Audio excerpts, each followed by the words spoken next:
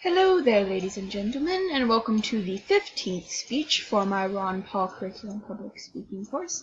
And today, I am supposed to give you a story that will appeal to your emotions. And since I am a mythology nerd, I thought, why not go ahead and tell one of the most classic pieces of mythology. It's not from Greece, it's not from Rome, it's not from Native America, it's from Japan.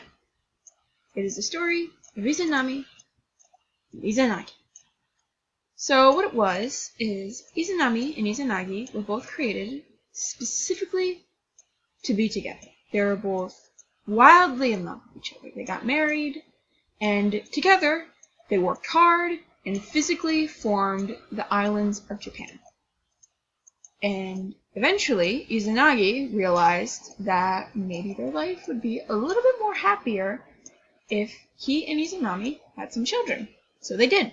They had Amaterasu, the beautiful sun goddess. They had Susanoo, the strong-willed wind god.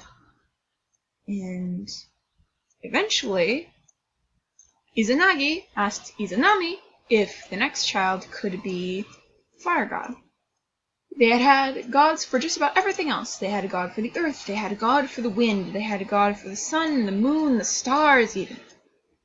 And all they had left to do was fire.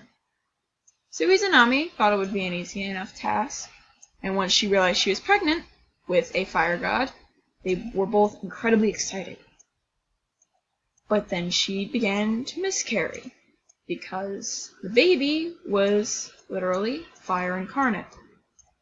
Izanagi struggled to help his wife. He gave her food, he gave her medicine, but her body rejected said medicine, and the results of that became the gods of different metals, like gold, steel, silver.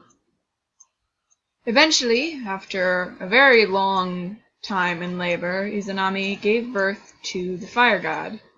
Izanagi was happy that the baby had been born, but upon taking the baby away to be washed, when he came back, he realized that his wife, his beloved Izanami, had passed away.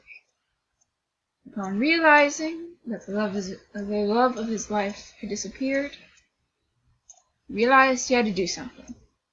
So he packed up his things and went to the underworld to go get her.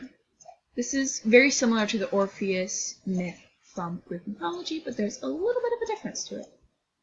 He goes down to the underworld where it is pitch black dark. And he calls for his wife. Izanami, where are you? Izanami, I miss you. Izanami, your children need a mother.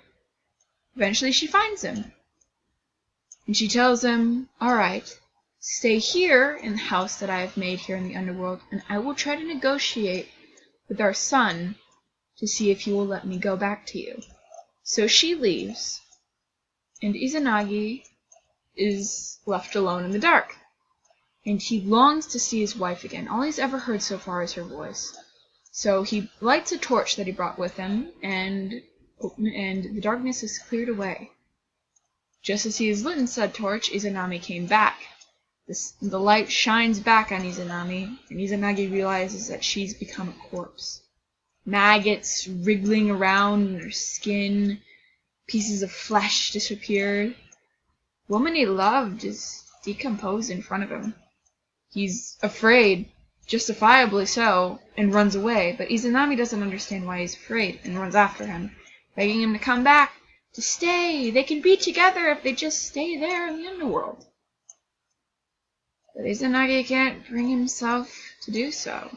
She had changed too much. She had become a thing of the underworld, much like Persephone once she ate the seeds of Hades' pomegranate. He sealed the entrance to the underworld with a special piece of paper that only allowed the spirits of the dead to enter. He knew he would never see his wife again, but he realized he'd done the right thing.